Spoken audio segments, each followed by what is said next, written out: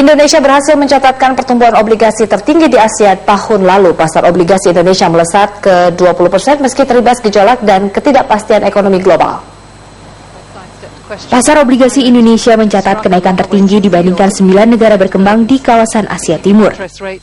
Di antaranya Tiongkok, Hong Kong, Korea Selatan, Malaysia, dan Singapura. Kepala Kantor Integrasi Ekonomi Regional ADB Iwan Jaya Aziz mengatakan, pasar obligasi regional tahun lalu sebesar 7,4 triliun dolar Amerika, tumbuh 11,7% dibandingkan tahun sebelumnya. Dari jumlah tersebut, obligasi pemerintah tumbuh 7%, sedangkan obligasi korporasi tumbuh 20%. Sementara pasar obligasi Indonesia tercatat sebesar 108 miliar dolar Amerika. Dengan porsi obligasi pemerintah naik sebesar 20,9% dibanding tahun lalu menjadi 90 miliar dolar Amerika. Sedangkan obligasi korporasi tumbuh 16,4% year on year menjadi 18 miliar dolar Amerika.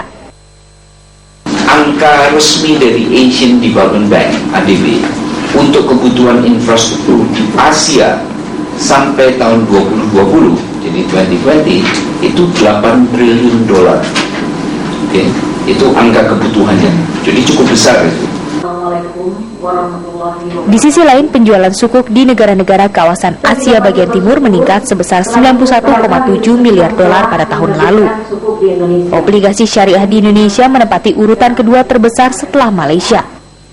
Prospek pertumbuhan tersebut mendorong otoritas jasa keuangan mengusulkan insentif perpajakan untuk penerbitan surat utang syariah atau sukuk. Karena perkembangannya sukuk selama ini masih terbentur masalah pajak dan pungutan yang mencapai 0,03% dari nilai emisi.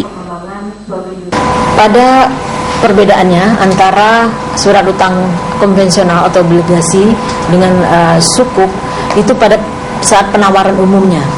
Penawaran umum untuk obligasi konvensional itu mengikuti ketentuan penawaran umum yang bersama dengan yang lain, yaitu bahwa pada saat pungutan dikenakan pada saat penyataan pendaftaran itu adalah 0,03 ya Pak. Perkembangan penerbitan dan imbal hasil obligasi di Asia Timur cukup menjanjikan tahun ini. Meski demikian, ADB tetap mengingatkan perlunya memperkuat fundamental ekonomi dalam menghadapi risiko penularan krisis global. Apalagi gejolak di pasar keuangan masih tetap tinggi. Tim Liputan, Berita 1, Jakarta.